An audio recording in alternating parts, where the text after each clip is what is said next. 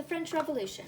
King Louis XVI was the ruler of France. Marie Antoinette was his wife. She lived a life of such extravagance it caused the country to be full of strife. Louis was such a weak king. He didn't help those in need. He didn't give them anything, no matter how much they would plead.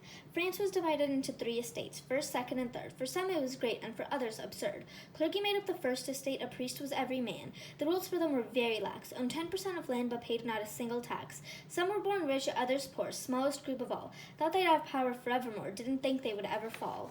Second estate was nobility, held positions in military and government, did whatever they wanted for they had the ability. They thought they were the most important. Population of 350,000 ran the law courts, owned 25 to 30% of the land, paid no taxes, yet money from the poor they would extort. The third estate was divided into 3, the bourgeoisie, craftsmen, and poor. No matter how the poor would plead, the rich they had to work for. The bourgeoisie was the middle class, 8% of the population. The craftsmen and poor they surpassed, for they had the most education. The people thought the king and queen were terrible, and they wanted things to be changed. So the king called a meeting of the Estates General, a parliament meeting he arranged. One vote for each estate, but the third estate wanted a vote for each deputy. But this the others would not debate, so the king said no, fearing the system would be put in jeopardy. June 17, 1789, the Third Estate declared itself the National Assembly, vowed to draft a constitution, and 3 days later went to cast their vote, but were locked out by the king, their adversary, so they made the famous oath. They met in a tennis court and swore to keep meeting until a new constitution was made, different from the one they loathed. With this constitution, the old regime they would thwart, and this meeting became forever known as the tennis court oath.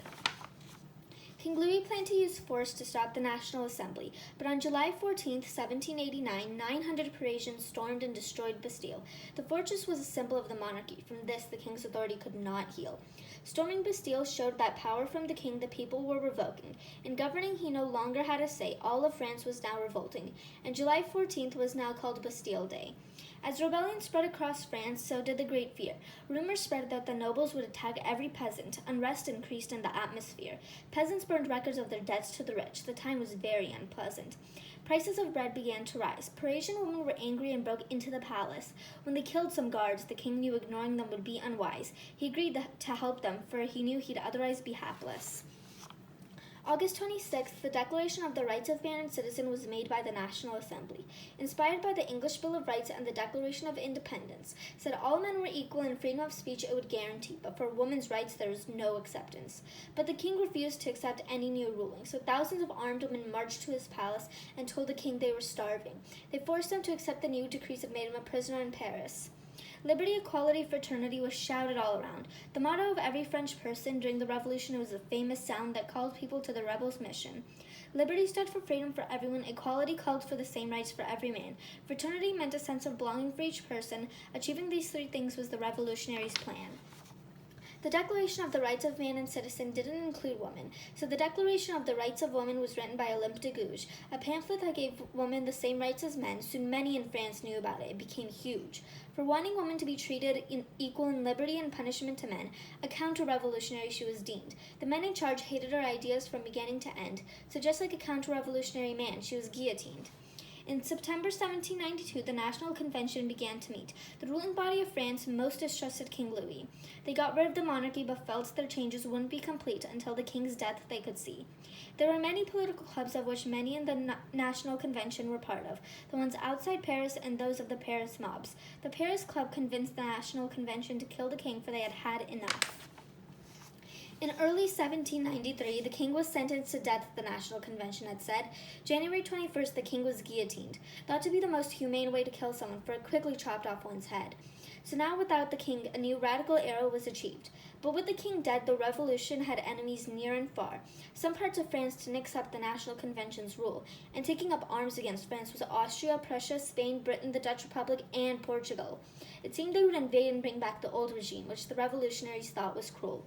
To meet these crises, the Committee of Public Safety was given a lot of power. But then they began to act as tyrants, especially Maximilien Robespierre. He took control of the government from 1793 to 1794. He made people cower with his policies that became known as the Reign of Terror, meant to give everyone a scare. He killed 40,000 people. For 16,000, a guillotine was used. Any rebellious cities would be brought under his control. He made the Republic of Virtue with rules to shape society, such as slavery in French colonies was to be disused. But everyone had had enough, so they condemned Robespierre and guillotined him on July 28, 1794. Napoleon Bonaparte was a lieutenant in the military. November 1799, through a coup d'etat, he took control of France. He became a dictator but achieved peace through diplomacy. He made a banking system now that he had the chance. In 1804, Napoleon crowned himself emperor and the French supported him, even though the revolution was to get rid of the monarchy which he just brought back. He wanted a world empire but couldn't defeat the Americas. It was too big of a problem. So he made one in Europe until only Britain was left. Everything else was on track. But his desire for power brought his downfall. He wanted to defeat Britain and make his empire larger. He made 3 costly mistakes, the third the worst of them all, when he went to Russia and delayed his departure. Napoleon marched into Russia to take over, but the Russians wouldn't yield. They fought in the Battle of Borodino, and Napoleon advanced to Moscow. When he arrived, the city was in flames. The Russians refused to let him take anything, not even a field. Napoleon stayed until mid-October, and when they retreated, they were killed by snow. When he finally returned in mid-December, only 10,000 soldiers remained. Britain, Russia, Prussia, Sweden, and Austria all went to war with France. Napoleon tried to raise an army, but they were untrained. In winning, he had no chance. He was exiled in April 1814 to the island of Elba, and Louis XVIII took the throne. But he wasn't trusted, for people thought he wanted to undo revolutionary changes. Napoleon returned to France on March 1st, 1815, where he raised an army all on his own. June 18th, Britain and Prussia attacked and exiled Napoleon again. His rule was only 100 days. It didn't last for ages. The Congress of Vienna was held in the winter of 1814 to 1815 after Napoleon's first exile. The goal was for Europe to gain security and stability. It lasted 8 months. It was quite a while. Prince Clemens von Metternich of Austria moderated to make sure everyone spoke with civility. Metternich had 3 goals he wanted to achieve before the meeting would end.